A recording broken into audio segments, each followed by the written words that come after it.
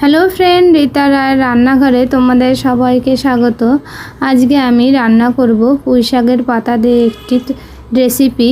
তার জন্য ওই পুঁইশাকটার পাতাগুলো বেছে নিয়েছি। এই যে বড় বড় পাতাগুলো অনেকে ফেলে দেয়, কচি পাতা তো পুঁইশাকের তরকারির সঙ্গেই দিয়ে দেয়। আমি বড় বড় পাতাগুলো এখানে ব্যবহার করব, কচি পাতাও দিতে পারেন।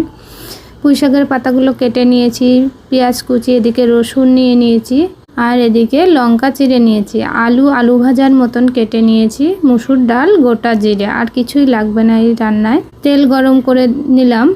কড়াইতে তেল গরম হয়ে যাওয়ার পরে এদিকে গোটা জিরে ফোড়ন দিয়ে লঙ্কা চিড়ে রেখেছিলাম সেটাকে ফোড়ন দিয়ে দিলাম। এই আলুটাকে দিয়ে দিলাম।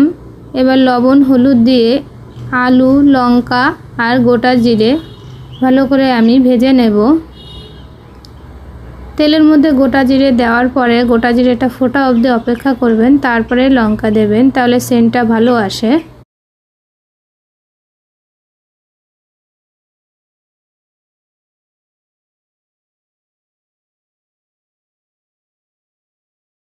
এই যে হালকা হালকা ভাজা হয়ে গেছে, মাঝখানটা একটু ফাঁকা করে নেব। এবার রসুনটাকে দিয়ে দেব। আপনারা যদি এইভাবে রসুন না দিতে পারেন তাহলে যখন আমি লঙ্কা দিয়েছি তখনই রসুন পেঁয়াজ দিয়ে দেবেন। আমি এইখানে রসুনটা দেওয়ার একটাই কারণ, রসুনটা আগে দিলে রসুনটা খুব পুড়ে যাওয়ার চান্স থাকে, মানে ভাজতে ভাজতে শক্ত হয়ে যায়।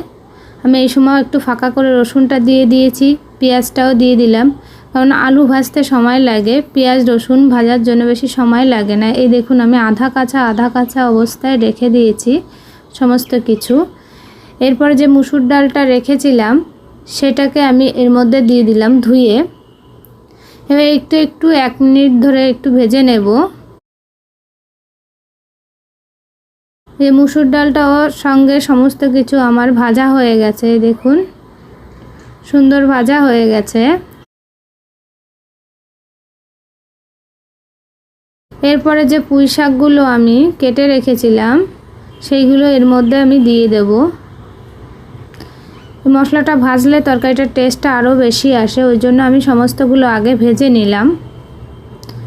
এই যে পুঁই শাকের সঙ্গে এবার সমস্ত কিছু ভালো করে মিশিয়ে এখানেও 1-1.5 মিনিট মতন আমি পুরোটাকে ভেজে নেব।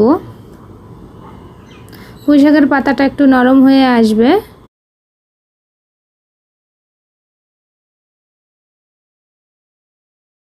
এরপর আমি সামান্য জল দিয়ে দেবো। এই দেখুন আমার নরম হয়ে গেছে।